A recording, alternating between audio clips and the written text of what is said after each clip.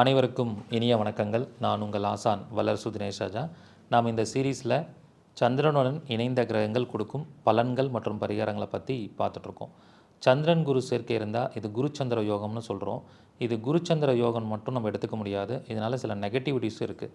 ஏன்னா சந்திரன் காலபுருஷத்துடைய 4ஆம் அதிபதி, குரு காலபுருஷத்துடைய 9ஆம் அதிபதி மற்றும் 12ஆம் அதிபதியாக வரார்.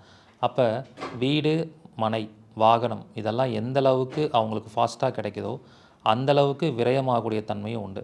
அப்போ குருச்சந்திரன் சேர்க்கை இருந்தால் வாழ்க்கையில் நல்ல அப்ஸையும் கொடுத்து டவுனையும் கொடுக்கக்கூடிய ஒரு அமைப்பு.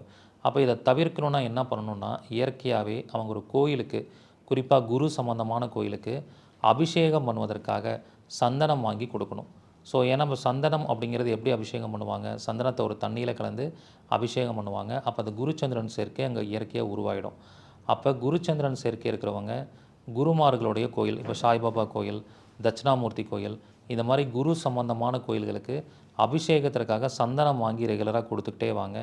குறிப்பாக வியாழக்கிழமை அன்னைக்கு சந்திர உரையில் கொடுங்க, அல்லது திங்கக்கிழமை அன்னைக்கு குரு உரையில் கொடுத்துட்டே வாங்க. இப்படி பண்ணிட்டு வரும்போது உங்களுக்கு மேஜரான இம்பேக்ட்ஸ் நெகட்டிவாக இல்லாமல் பாசிட்டிவாக நடக்க ஆரம்பிக்கும். இந்த மாதிரியான சூட்சமமான பலன்களையும் பரிகாரங்களையும் நீங்கள் தெரிஞ்சுக்கணுன்னா, சந்திரனுடன் இணைந்த கிரகங்கள் தரும் பலன்கள் பரிகாரங்கள் என்ற வகுப்பில் கலந்து கொள்ளுங்கள். இந்த வகுப்பு பிப்ரவரி 2ஆம் தேதி நடைபெற போது ஞாயிற்றுக்கிழமை. இதற்கான கட்டணம் ரூ. 786. முதல்ல ஜாயின் பண்ணுற 200 நபர்களுக்கு மட்டுமே அனுமதி. விருப்பம் இருக்கிறவங்க சீக்கிரமாக முன்பதிவு பண்ணிக்கோங்க. நன்றி, வணக்கம், வாழ்க வளமுடன்.